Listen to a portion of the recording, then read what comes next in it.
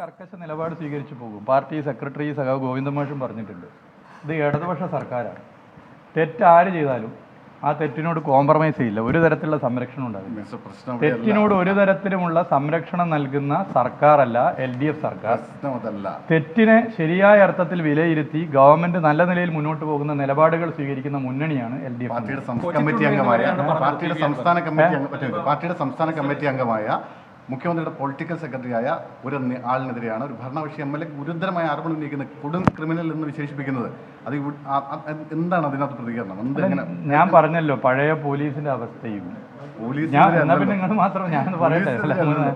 പഴയ UDF ഭരണകാലത്തുള്ള പോലീസിന്റെ അവസ്ഥയും ഇടതുപക്ഷ സർക്കാർ വന്നതിന് ശേഷം വർഗീയ കലാപങ്ങളില്ലാത്ത നാടായി കേരളം മാറുന്നതിൽ പോലീസ് സേന വലിയ പങ്ക് വഹിച്ചിട്ടുണ്ട്.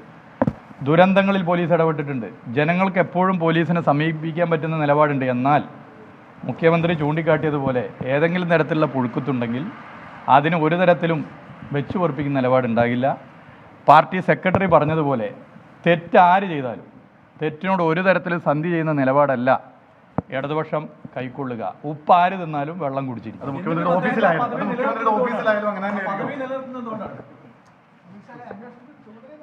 മുഹമ്മദ് റിയാസ് മാധ്യമങ്ങൾ കാണുകയായിരുന്നു. ഉപ്പ് തിന്നുന്നവന് വെള്ളം കുടിക്കുമെന്ന സൂചനയാണ് അദ്ദേഹം നൽകിയത്.